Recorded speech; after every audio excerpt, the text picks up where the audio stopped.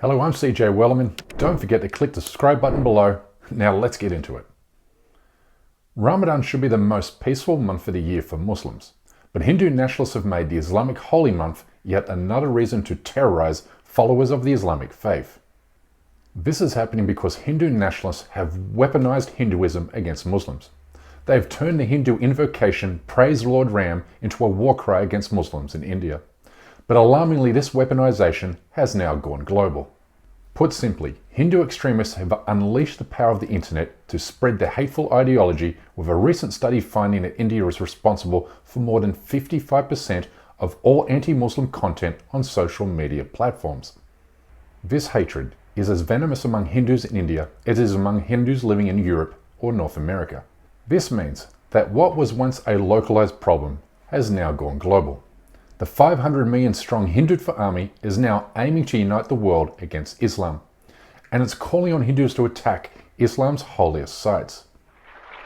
आज समय है इस्लाम के खिलाफ, इस्लाम के जिहाद के खिलाफ पूरी धरती को एकजुट करने का, पूरी धरती को लामबंद करने का। हिंदू राष्ट्र बहुत बड़ा स्वप्न है, वीर सावरकर का स्वप्न है, शिवाजी का स्वप्न है, लेकिन जो सपना हम सब की आंखों में होना चाहिए, केवल अफगानिस्तान तक नहीं, हमें मक्का के उस मंदिर को भी लेना होगा। It's no wonder the United Nations has warned anti-Muslim hatred has risen to epidemic proportions.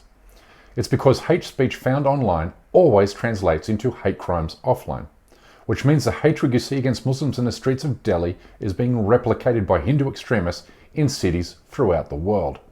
So at the same time, Hindu extremists are using Hindu religious festivals as a pretext to attack mosque and Muslim neighborhoods across India, like they did during last month's Ram Navami holiday, the same radicalized Hindus are committing terrorist attacks against Muslims in Europe and North America, like this attack carried out on a mosque in Canada on 6th of April, when a Hindu extremist drove his car directly at Muslim worshippers as they gathered inside for Ramadan prayers. Add this to the list of many terrorist attacks committed by Hindus during the past year. We've seen Hindu mobs attack Muslims in the UK's Leicester City over the course of several weeks. We witnessed Hindus attacking Sikhs with weapons in Sydney, Australia, and we've seen Hindus attack Muslims in US cities, including the ambushing of Muslim American activists in California recently. And as we revealed in a recent episode, Hindu nationalist groups in the United States have raised tens of millions of dollars from American donors to demolish 30,000 mosques in India. And similar funding operations are occurring in the UK, Canada and Australia, via a network of right-wing Hindu groups that share a genocidal ambition, making this a globalized war against Muslims. These same groups have nestled themselves among major political parties in Western democratic countries, which is why Western governments are mostly silent about these atrocities, even though members of India's ruling party, along with prominent Hindu preachers, call for a Muslim genocide without fear of punishment.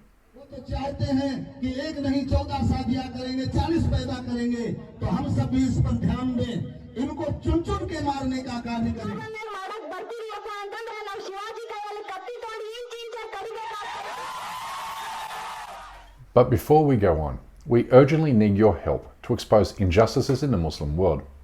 Please support us at patreon.com/CJWellerman. You'll be helping us bring these stories to a wider audience. Thank you. Now back to our show.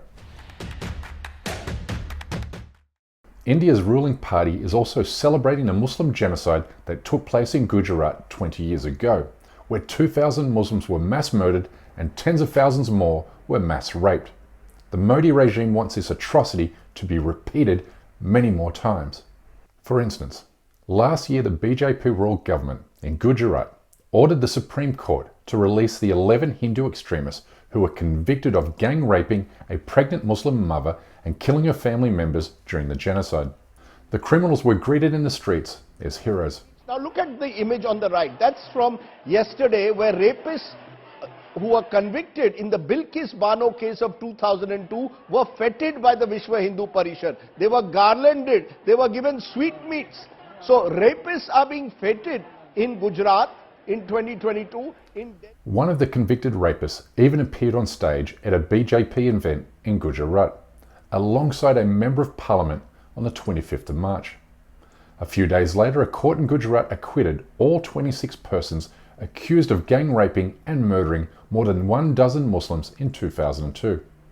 All the while, elected BJP officials across the country call for the demolition of mosque and even the UNESCO-listed Taj Mahal.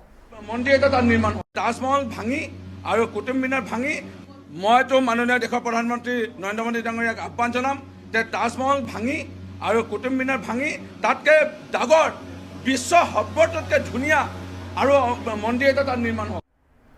One doesn't need to be an expert in political messaging to decipher what is being signalled by Modi's party to Hindu supremacists throughout the land. This is a clear call for genocide, and it's a call that's being listened to and rewarded by Hindu voters. As evident from a Yale University study that found BJP's popularity goes up every time Hindus attack Muslims during communal riots.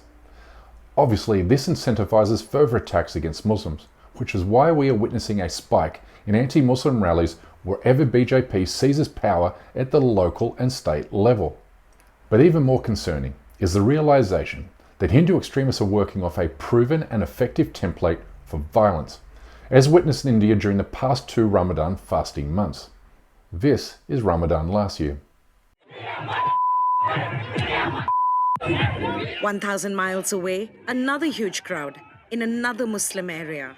As the police stood by, they screamed insults that are too vicious to broadcast. And this is what Hindu extremists did to Muslims during Ramadan across 6 different states this year.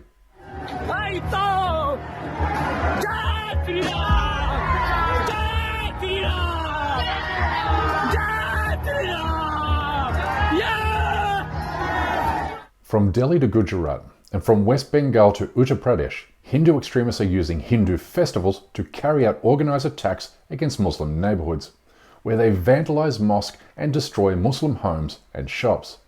These Muslim-owned properties were set on fire in Kolkata on April 9. But their strategic blueprint for inciting violence is not only playing out across India, but also in the United Kingdom, Australia and the United States, where American Hindus recently glorified Muslim genocide in the streets of Edison, New Jersey during last year's Independence Day rally.